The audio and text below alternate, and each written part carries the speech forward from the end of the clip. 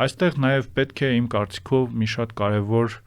հանգամանք արձանագրել, ես նկատել եմ, որ վերջին շաբաթվա ընթացքում այս քննարկումներում ինչ-որ ռազմահայրենասիրական տոնայնություն է գերակայում։ Ընդհանուր այս հանդիպման մասին։ Այսինքն, այո, մարդիկ, ովքեր խոսում են ռիսկերի մասին, մեղադրվում են, որ ինչ-որ ռուսական սպառնալիքներ բերում են դաշտ, բայց սա իրականություն է, որի հետ մենք չենք կարող չառերեսվել։